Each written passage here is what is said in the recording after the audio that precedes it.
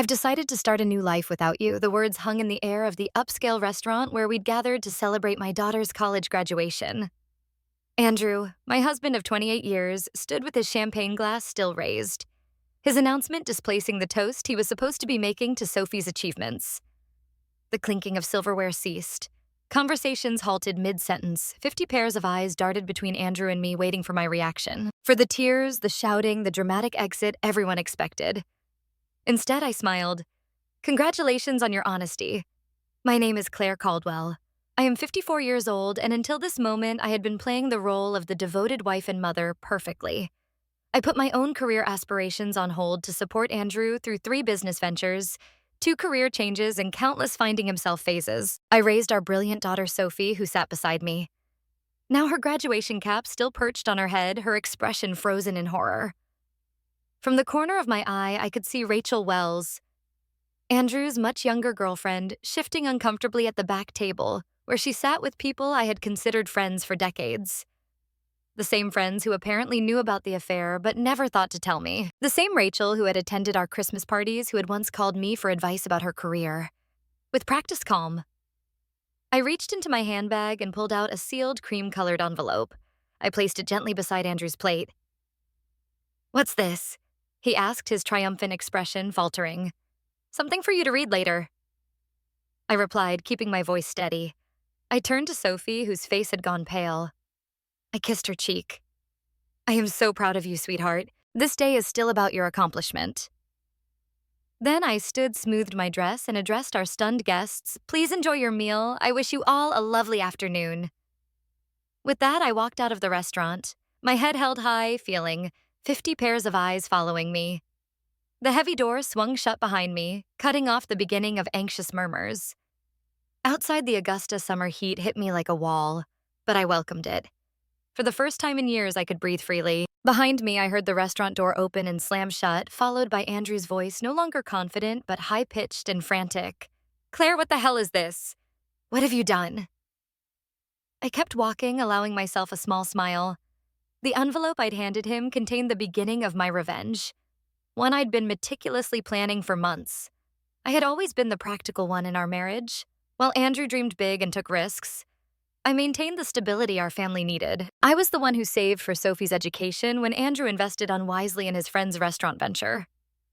I was the one who worked extra hours as a finance manager at Trevanta Corp, when his midlife crisis led him to quit his stable position to follow his passion selling handcrafted furniture. A passion that lasted approximately 6 months before he grew bored. My own dreams opening a financial consultancy for women were perpetually on hold. After Sophie graduates, I told myself. After Andrew finds stability. 3 months ago, I noticed discrepancies in our joint accounts. Small transfers to an account I didn't recognize. Having spent 20 years managing our family finances, these irregularities stood out like red flags. I could have confronted Andrew immediately, but something held me back. Perhaps it was intuition, or perhaps it was the growing distance between us over the past year. Instead, I began quietly investigating. What I discovered was worse than I imagined. Andrew had been systematically moving funds to a separate account for over a year. He had also been taking Rachel to expensive restaurants, purchasing jewelry, and looking at beachfront property, all while telling me we needed to tighten our belts for retirement. Then came the text messages I discovered when Andrew left his phone unlocked. Messages about their new life together, messages about how he was finally breaking free, messages about their plans for the day after Sophie's graduation, the day he had chosen to make his grand exit from our marriage. What Andrew had forgotten, or perhaps never fully grasped, was that I had been a financial professional for 30 years. I understood money trails. I knew how to trace assets, and most importantly, I remembered the prenuptial agreement we had signed 28 years ago, when I had more family money than he did. The agreement he had insisted upon, ironically, to protect his future earnings contained a fidelity clause that would prove to be his undoing. While Andrew plotted his escape with Rachel, I was building my case. I consulted with attorneys. I documented every hidden transfer. I gathered evidence of their affair. I prepared divorce papers. I timed everything perfectly, knowing Andrew would want to wait until after Sophie's graduation to avoid ruining her big day. What he didn't expect was that I would serve the divorce papers the morning of the graduation, before his planned announcement. But with the papers still safely hidden in court records, not yet accessible to him. What Andrew didn't know was that I was always 3 steps ahead.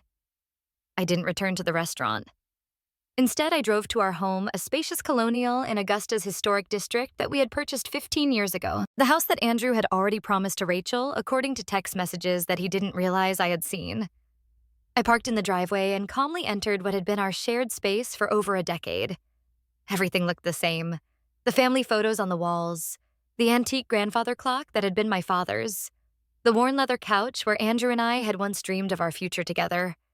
Yet everything had changed. I went upstairs to the master bedroom and opened the closet. Andrew's clothing was already packed in suitcases, hidden in the back, ready for his planned departure tomorrow. I smiled at his predictability.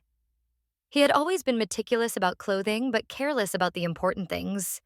My phone buzzed incessantly with messages from friends at the restaurant from Sophie. Even from Andrew's sister Ruth, who had flown in for the graduation, I responded only to my daughter. "I'm okay. This isn't your burden to carry. Enjoy your graduation day. We'll talk tonight. I love you." I had protected Sophie from the truth for months, not wanting to overshadow her final semester with family drama. She would be angry that I hadn't told her, but I knew she would understand.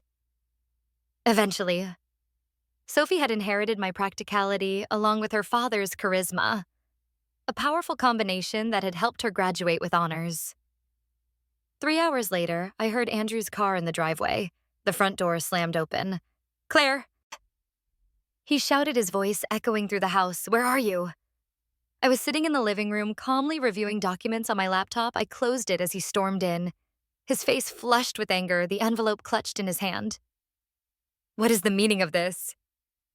he demanded, waving the papers. "You served me with divorce papers today of all days. I thought it aligned nicely with your plans," I replied calmly. "You wanted to start your new life. I'm simply helping facilitate the transition. You had no right to. I had every right." I interrupted, my voice steady. "Just as you had every right to choose Rachel. We all make choices, Andrew." "The prenup expired years ago," he said, his voice suddenly smug. "Any lawyer will tell you that." I allowed myself a small smile. Actually, it didn't. Section 12 specifically states that the fidelity clause remains in effect for the duration of the marriage. Your lawyer should have explained that to you. Oh, wait. You didn't consult one, did you? The color drained from his face as reality sank in. The prenup he had insisted upon to protect his potential wealth would now cost him everything. The house, the vacation property in Savannah, his portion of our retirement accounts. His grand gesture at the restaurant had just become the most expensive announcement of his life. "You can't do this to me," Andrew said, collapsing onto the couch. "We built this life together, and you chose to end it," I replied, "though not in the way you planned." Andrew's phone buzzed persistently in his pocket. He glanced at it, then ignored it. Rachel, no doubt wondering where he was and why he wasn't following their carefully orchestrated plan. "You've always been calculating, Claire. But this is cold," he said, trying a different approach.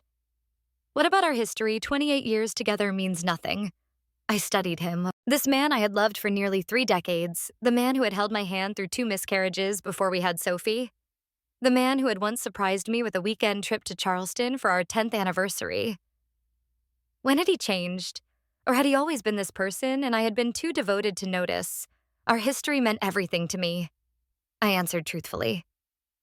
"That's why your betrayal hurt so deeply." His expression softened momentarily, perhaps seeing an opening. "Then maybe we can fix this." "I made a mistake. People make mistakes." "This wasn't a mistake, Andrew. This was a calculated plan spanning more than a year. You systematically moved our money. You looked at property with her. You planned to announce our separation publicly to humiliate me." His face hardened again. "You're exaggerating." "Am I?" I picked up my phone, opened the recording app, and played his own voice. "After the graduation, I'll tell her it's over. A public setting is better. She won't make a scene in front of everyone." Then Rachel's voice. "And she has no idea about the money." Andrew again. "None. Claire trusts me completely. That's her weakness." The blood drained from his face. "You recorded our conversations? That's illegal." "Not in Georgia when one party consents," I responded, And not when it's in your own home. I didn't record your private moments with Rachel. I'm not cruel, just the conversations about your plans to defraud me. Andrew stood suddenly agitated. I need to make some calls. Of course. I said, your attorney might be a good start. I'll be staying at Ruth's tonight. Ruth's? He sputtered. My sister's house. I nodded. She's quite upset with you, actually. She was the one who first spotted you and Rachel together last Christmas. She didn't tell me immediately. She confronted you first. You promised her it was nothing, that you would end it. When she realized you hadn't, she came to me. This was another blow he hadn't anticipated. Ruth and I had always been close, but Andrew never imagined his own sister would choose my side. Everyone's betraying me. He muttered, ironic, isn't it? I gathered my purse and a small overnight bag I had packed earlier. You have until tomorrow evening to remove your things from the house. After that, the locks will be changed. As I headed toward the door, Andrew called after me. Desperation in his voice. What about Sophie? Have you thought about how this affects her? I paused, anger finally breaking through my calm facade. Don't you dare use our daughter as a shield, Andrew. You certainly weren't thinking about her when you were planning your new beachfront life with Rachel. His phone buzzed again. This time he looked at it and groaned. Problem? I asked. Rachel is at the apartment already. She's moved her things in. I couldn't help but smile. The apartment you put in both your names. The lease you signed last month? Andrew nodded, looking confused. You might want to check with the leasing office. That application was flagged for credit issues and never completed. The agent called our home phone to verify information. I handled it myself. I walked out the door, leaving Andrew to face the first of many consequences. His perfectly planned new life was unraveling faster than he could process. Ruth lived in a charming bungalow across town, close to the university where she taught literature. When I arrived, she greeted me with a fierce hug. I just heard from Sophie, she said, pulling me inside. Are you okay? I'm better than I expected. I admitted, following her to the kitchen where a bottle of wine was already open. I never thought Andrew would make such a spectacle, Ruth said, pouring 2 glasses. The restaurant in front of everyone? He's lost his mind. It was meant to humiliate me, I explained, accepting the glass. A public rejection, so I couldn't fight back without looking hysterical. Ruth's face darkened. My brother always did have a flair for drama, but this is beyond anything I expected from him. We settled in her sunroom, surrounded by potted plants and bookshelves. Ruth had never married, preferring her independence and academic pursuits. Over the years, I had sometimes envied her freedom. What did you put in that envelope that made him so upset? She asked. I explained the contents, the divorce filing, the evidence of his financial deception, and most importantly, the prenuptial agreement that would leave him with far less than he had planned. The prenup. Ruth amused. I remember when he insisted on it. Father had just given him that money for his first business, and he was so worried about protecting it. She laughed bitterly. The irony is delicious. My phone rang. Sophie. I took a deep breath before answering. Mom. She said immediately, her voice strained. I'm coming over to Aunt Ruth's. Honey, you don't have to. I'm already on my way, she interrupted. Dad is telling everyone you've lost your mind, that you've been planning this for months. He's saying horrible things. And of course he was. Andrew always rewrote narratives to cast himself as the victim. Let him talk. I said the truth will become clear soon enough. 20 minutes later, Sophie arrived, still in her graduation dress, but with her makeup smudged from crying. She fell into my arms like she used to as a child after a nightmare. Why didn't you tell me? She asked, her voice muffled against my shoulder. I didn't want to ruin your final semester, I explained. You worked so hard for this day. She pulled back, wiping her eyes. Well, Dad took care of ruining it anyway. We moved to Ruth's living room, where Sophie finally got the full story, how I had discovered the affair, the financial deceptions, and the plans Andrew and Rachel had made. I knew something was off with Dad, Sophie admitted. He's been different. Distracted, always on his phone, but I never imagined. None of us want to see these things in people we love, Ruth said gently. My phone buzzed with the text message from Philip Anderson, my attorney. The emergency filing had been approved. The accounts I had identified were frozen pending the divorce proceedings. Andrew now had limited access to funds enough for living expenses, but not enough to follow through on the property purchases he had planned with Rachel. I showed the message to Ruth and Sophie. "Good," Sophie said firmly. "He deserves it." My daughter's loyalty warmed me, but I wasn't naive. "He's still your father." I reminded her, "Your relationship with him is separate from what's happening between us." Sophie shook her head. "Maybe someday. But right now, I can't even look at him." He hugged me this morning and told me how proud he was, all while planning to blow up our family hours later. The doorbell rang, interrupting our conversation. Ruth went to answer it, returning moments later with a troubled expression. "It's Andrew," she said, "and he's not alone." I steeled myself as Ruth led Andrew and Rachel into the living room. Rachel looked uncomfortable, shifting her weight from one foot to the other, her eyes darting around the room. She was 37, not exactly a trophy wife, but still 17 years my junior, with shoulder-length blonde hair and the kind of confidence that comes from never having faced real hardship. Andrew, by contrast, looked furious. His earlier desperation had hardened into anger. "Claire, you need to stop this insanity," he demanded. "Unfreeze the accounts. We can discuss this like reasonable adults." Sophie stood up, placing herself slightly in front of me. "Maybe you should have tried being reasonable before announcing to everyone that you were leaving Mom." Andrew's eyes widened as if just noticing our daughter. "Sophie, this doesn't involve you." "Doesn't involve me?"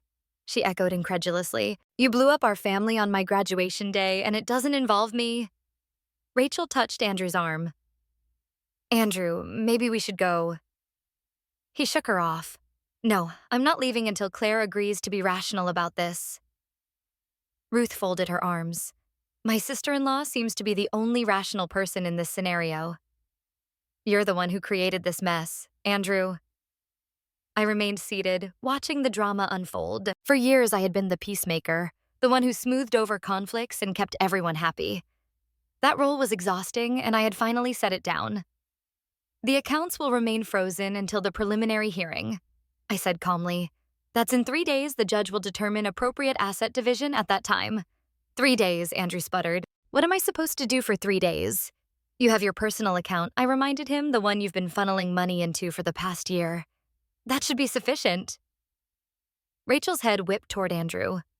"You have a separate account with how much in it." An interesting dynamic was emerging. Clearly, Andrew hadn't been entirely forthcoming with Rachel either. Andrew ignored her question. "This is vindictive, Claire." "This isn't like you. Perhaps you never really knew me," I replied. "Just as I apparently never really knew you." Sophie turned to Rachel. "Did you know he was going to announce it like that at my graduation celebration?" Rachel had the decency to look ashamed. I thought he was going to talk to your mother privately. The announcement today was unexpected." Andrew shot her a betrayed look. Cracks were already forming in their united front. "I think you both should leave," Ruth said firmly. "You've upset Sophie enough for one day." "Sophie," Andrew pleaded, "you understand that relationships change, don't you? Sometimes people grow apart." My daughter's face hardened in a way I had never seen before. "What I understand is that you're a coward who couldn't even give Mom the dignity of a private conversation. What I understand is that you were stealing from our family while I was working 2 jobs to help pay for my textbooks because you said money was tight." Andrew paled. "That's not how it was. It's exactly how it was," Sophie cut him off. "Please leave, Dad. I can't look at you right now." The silence that followed was deafening. Finally, Andrew turned to go, Rachel trailing behind him. At the door, he paused and looked back at me. "This isn't over, Claire. I'll fight you on this." I met his gaze steadily. "You're welcome to try." After they left, Sophie collapsed next to me on the sofa, tears streaming down her face. "I've never talked to Dad like that." I wrapped my arm around her shoulders. Sometimes standing up for what's right is painful. Ruth brought us fresh glasses of wine. "To new beginnings," she said, raising her glass. Indeed, I thought this ending was just the beginning of something new. The preliminary hearing took place in a small courtroom on a rainy Tuesday morning. I arrived with my attorney, Philip, while Andrew came with a lawyer he had hastily retained, a young associate from a firm that specialized in corporate law, not family matters. Andrew's poor choice of representation was yet another consequence of his rushed planning. The judge, an older woman with sharp eyes and no patience for dramatics, reviewed the prenuptial agreement carefully. "This document appears to be in order," she said, looking over her reading glasses at Andrew's attorney. "Do you contest its validity?" The young lawyer cleared his throat. "Your Honor, we believe the agreement has expired due to the length of time that has passed. Section 18 clearly states that the duration is for the term of the marriage plus any legal proceedings resulting from its dissolution," the judge read aloud. "There is no expiration date indicated." Andrew leaned forward to whisper urgently to his lawyer, who looked increasingly uncomfortable. "Furthermore," the judge continued, "the evidence of systematic fund transfers appears to violate the financial disclosure requirements in Section 23. She shuffled through the papers, then looked up. "I am ruling to maintain the freeze on joint accounts pending full financial discovery. Mr. Caldwell's personal account will remain accessible to him. The family home will remain in Mrs. Caldwell's possession during proceedings as stipulated in the prenuptial agreement's infidelity clause." Andrew's face flushed dark red. "This is outrageous." He muttered loud enough for me to hear. The judge fixed him with a stern look. "Mr. Caldwell, I suggest you review the agreement you signed more carefully. This court will reconvene in 30 days for the full hearing after discovery is complete." As we left the courtroom, Andrew caught up to me in the hallway. "Claire, please. We need to talk about this reasonably. 28 years together has to count for something." "It counted for everything," I replied, "until you decided it didn't." I walked away, leaving him standing alone in the courthouse corridor, the weight of his choices finally beginning to sink in. Word spread quickly through our social circle. Friends called daily, some offering support, others seeking gossip. I maintained a dignified silence about the details, simply saying, "Andrew and I are separating. These things happen." Meanwhile, Andrew's carefully constructed facade was crumbling. The image he had cultivated, successful businessman, devoted family man, was tarnished beyond repair. The financial freeze meant he couldn't follow through on promises made to Rachel. The beachfront property they had been planning to purchase fell through. The luxury car he had put a deposit on had to be canceled. 2 weeks after the hearing, Ruth called me, her voice tinged with amusement. "Have you heard the latest Rachel moved out? Stefan already." I wasn't entirely surprised, but the speed was impressive. Apparently, she discovered that Andrew's business isn't doing as well as he claimed. The substantial savings he talked about don't exist. She told her friend Jennifer that she didn't sign up to date a man with financial problems. I couldn't help but laugh. He always was good at creating illusions. Meanwhile, I was rebuilding. The financial security I had always maintained separate from our joint accounts gave me freedom. Andrew hadn't anticipated I rented a small office space downtown and began setting up the consultancy I had dreamed about for years. My first clients were 2 women going through divorces of their own. Word of mouth brought more. I specialized in helping women understand their finances during major life transitions, divorces, widowhood, career changes. The work was immediately fulfilling in a way my corporate job never had been. Sophie, who had accepted a job with a marketing firm in Charleston, called me regularly. "I'm so proud of you, Mom," she told me after I described my growing client list. "You're helping people during their worst moments." "I'm just doing what I wish someone had done for me earlier," I replied, preparing women for whatever might come.